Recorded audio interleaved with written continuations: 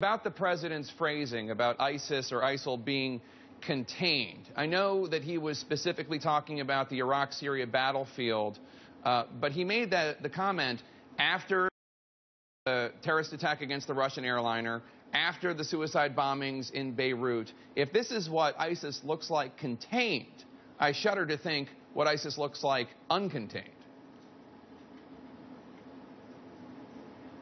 Well, again, Jake, as you noted, it's a very specific point the president was making that we had seen over a year ago, ISIL on the march in both Iraq and Syria taking more and more territory.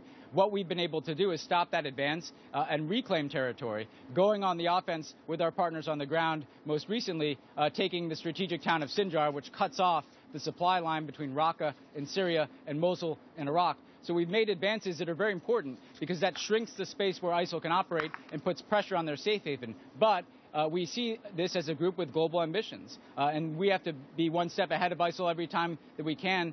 That's why, for instance, we took a strike at ISIL's leader in Libya, because we see them trying to get a foothold there as well. One step ahead. We don't seem to be one step ahead of any terrorist group these days. David Axelrod, former senior advisor for President Obama, saying on CNN last night, quote, obviously the emergence of ISIS was not what was anticipated, and it is going to be an issue in this election. I think people are concerned that not only has the president underestimated ISIS in the past, calling them a JV team, but that they may continue to underestimate them. I don't want to get into litigating the whole JV thing, but this is the worst atrocity in France since Hitler.